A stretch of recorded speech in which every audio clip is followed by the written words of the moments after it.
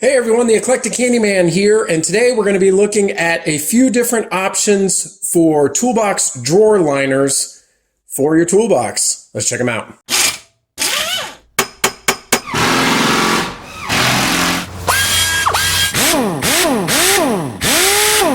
Alright, so recently I picked up a new Craftsman toolbox, and I'll leave the link above for that review, and I'm very happy with it. And as you all know, I am a Craftsman first kind of tool guy, and so having a older toolbox that had tremendous experience with the pre-cut Craftsman drawer liners, I went straight to get a roll of Craftsman drawer liner. I actually got two of them so that they'd fit. This is part number 916206, and it's the non-slip foam drawer liner roll, as you can see right here. Something interesting about this roll, I actually got this from Sears.com. Yes, the very slow Sears.com. It is no longer in stock. I may have gotten the last few rolls that exist. I noticed that Sears is often not restocking a lot of their Craftsman products. So I got two of the rolls. That's what's down here right now. And I began to cut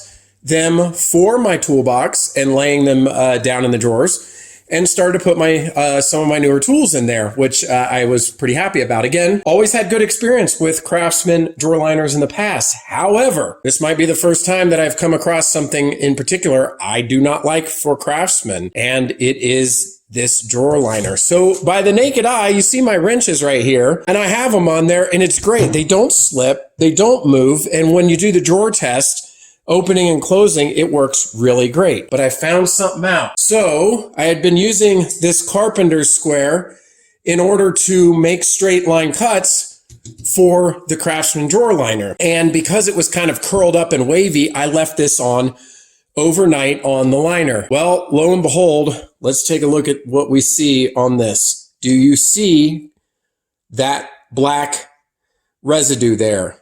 That is right. This liner is so tacky that it has peeled off, in essence, and left residue on my tools. And in this case, this is a level. And you might say, well, this is maybe a little extra heavy or whatever. Well, naturally, I mean, a lot of my tools, impact wrenches and such, are heavy.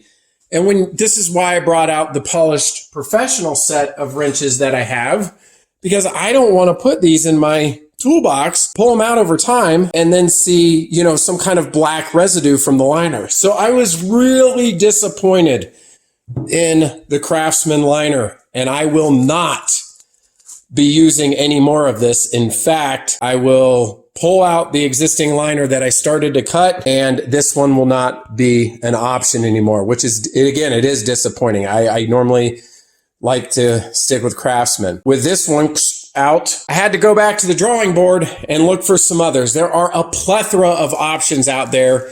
You've got anything from Harbor Freight to, you've got Cobalt has some at Lowe's. You've got people use just around the house type stuff. Yoga mats are a big deal. Carpet squares. There's really no consensus. I was surprised to find, like there is with tools, everybody's kind of like, this is the best tool and this is what I want to use.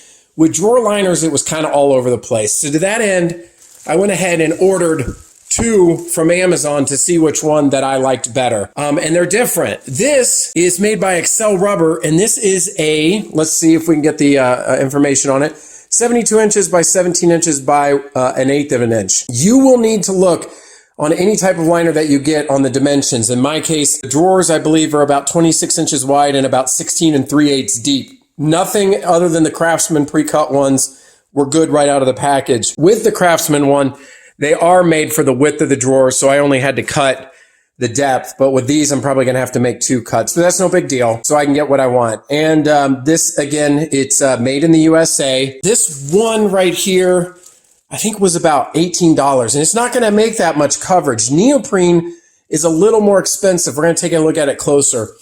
If there was anything close to a consensus on Amazon, let me move this out of the way, it would have been this next one. This is kind of the first result that comes up. It's made by B&C Home Goods, the toughest toolbox liner. 18 inches wide, 24 feet long roll. You can tell right here, this is a ton of material. And I think this was about $25. anti-slip, utility and kitchen cabinets, toolboxes, no more scratches. But so let's take a look here at the actual properties. So if I bring this out, what do we got there? We got about 1/8 of an inch thickness. The back and the top, very much like the Craftsman one, seem to be identical. So it doesn't really matter. It doesn't appear that there's a top versus bottom. Maybe I might be wrong. This bottom might be a tad more flat. Yeah, it looks like it maybe than the textured, but some of these are difficult to tell. The question is going to be tackiness. And I tried to look for that on the reviews. And, you know, is this one here, if I was to lay for an extended period of time, lay something on it like this, and then pull it back, am I going to have residue? This is extremely well rated, almost 5 stars. Now I can feel with my hands, it's a little, they need to be tacky or have grip properties to them, because that's the point of the drawer liner, is that when you open and close the drawers, you don't want your tools rolling all over the place. This is what I would say is a more traditional toolbox liner. Again, good price. I don't know what else to say about it other than, you know, the thickness and the material. It seems like this would be a good choice.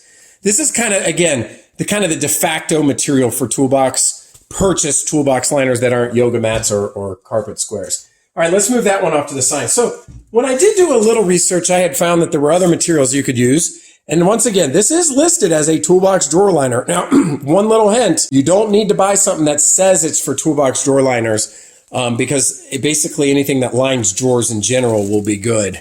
But taking a look at this one, taking it out, I wanted to see, okay, so this is a foam, and it's a little difficult to tell probably here on the camera. I don't have like a thickness meter out with me or anything, but there's the foam property right there. It is a bit thicker. Oh, I don't know if that's quite 1/4 of an inch. What did they say it was? So they also term it as 1/8 of an inch.